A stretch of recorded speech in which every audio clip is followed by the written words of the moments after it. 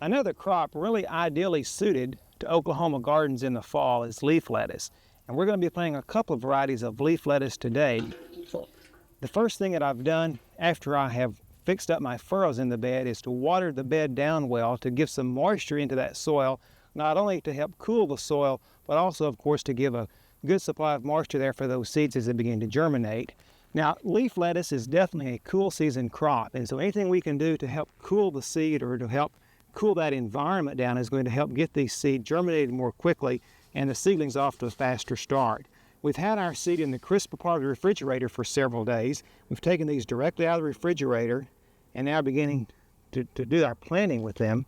The first variety that I'm planting is Butter Crunch. I really like the Butter Crunch. It's a bib type of lettuce. It has a little bit different texture than our common leaf lettuces do. It also is a deeper green color and really has a distinct flavor all of its own.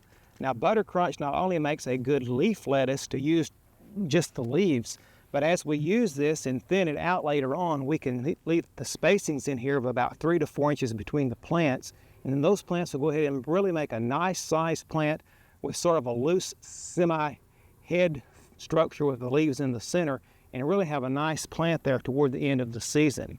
The other variety that I'll be planting is Grand Rapids. Grand Rapids is a standard leaf lettuce variety. It does not make the head, but I like Grand Rapids because it has a dark green color, also a nice texture for a leaf lettuce. It is fairly rapid growing and is long lasting in the spring, but also, of course, makes a nice fall lettuce. There are some other varieties of lettuce you may want to try besides Butter Crunch or Grand Rapids. Black-seeded Simpson, one of the old standbys, is still a good variety for us, as are the red varieties such as Ruby. Now, after we have our seeds planted, we want to just slightly cover the seed. Lettuce really prefers a little bit of light to help it in its germination process, so I don't want to get them covered too deeply. But I will just press the seed down with my fingers to get them in intimate contact with the soil. And bring a little bit of soil over them, not wanting to cover those more than about 1/8 of an inch deep. Hopefully just barely have them covered, or at least pressed in with the soil. Then after that, to further help cool these seeds somewhat, but yet not to get them covered too deeply, I'm going to lightly sprinkle about 1/4 of an inch of well-rotted sawdust as a mulch over those seeds. Now, the sawdust, of course, will serve as an insulation factor and keep the moisture in, and hopefully will keep the soil a little bit cooler, but yet it will not be so deep but what it doesn't shut out all the light. Another good mulch that could be used over these is well-rotted compost. Fine sand can even be used, or peat moss.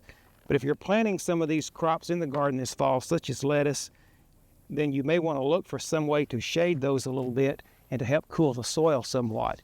We could come in even and put another shade over these, such as remed cloth or cheesecloth or screen wire, that would further help shade and cool the soil.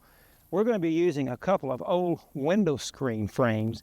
These are real handy if you can have some of these around or can pick some of these up to just lay across the seed. Of course, I'm laying these from side to side to our raised bed, so there's a little bit of space underneath there. If you're not in a raised bed, you may want to build a frame over the seed to do this. But these window shade screens will further reduce the light intensity and also cool them somewhat.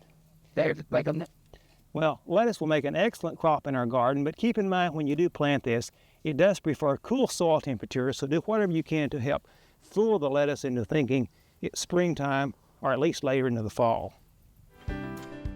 We hope you've enjoyed this classic from the Oklahoma Gardening Vault. Remember, even though these tips and techniques are timeless, there's always something new to learn in the world of gardening. By subscribing to both Oklahoma Gardening and OK Gardening Classics, you'll have access to a wealth of gardening knowledge, both classic and contemporary.